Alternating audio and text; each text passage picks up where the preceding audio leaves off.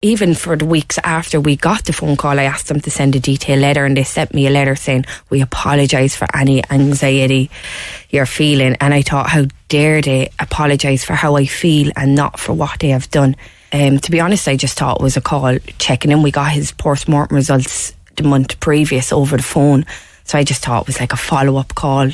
And we were chatting away, and then they gave me the devastating news that Lee's organs, they didn't say which organs, have been incinerated. They never told me it was incinerated abroad. And at the time I remember apologising to the bereavement midwife I was on the phone to. I said, look, you're just a middleman. I don't blame you. I don't take it out on you. But I did say, this is a bit of a blur to me. Can you send me a detailed letter so I can explain to Glenn? And I know in years to come, Lewis will have so many questions about his twin brother, and I would like to be able to tell him everything. So when I told Glenn, it kind of hit me that he said, what do you mean we're not getting it back? And I suppose getting that phone call, we were in lockdown level 5. It was our first lockdown. We had no support, like we were cut off from our nearest and dearest. I would have done anything just for a hug off my mum or my dad, and for them to tell me everything will be okay.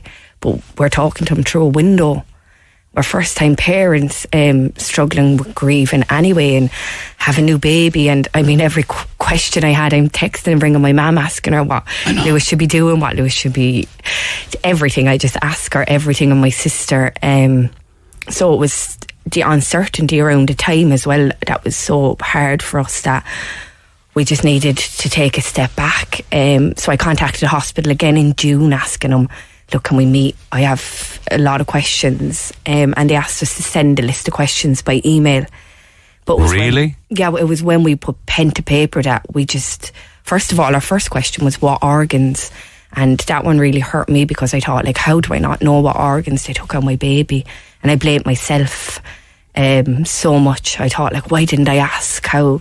Because it was a blur. You were numb. It was shocked. Like, at the time we had Lee next to us. Lewis was down in Neo, and I just didn't think to ask, I suppose. But I hated myself for not asking. And I had to take a step back from it, for my own mental health, for Glenn's mental health, and for the sake of Lewis.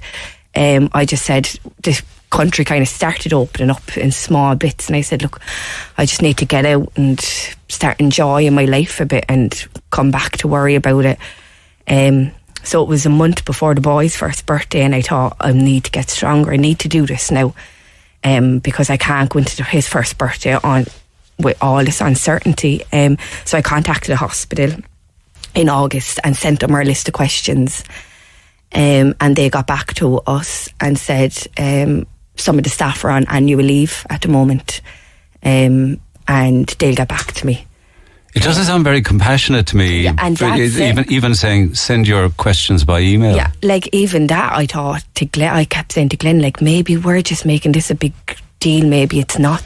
The hospital don't seem to be too worried, or maybe it's not as big as we think it is. Of course, our world is coming crashing down around us, and we don't know how to act, we don't know how to feel, but nobody else seems to be as bothered about it.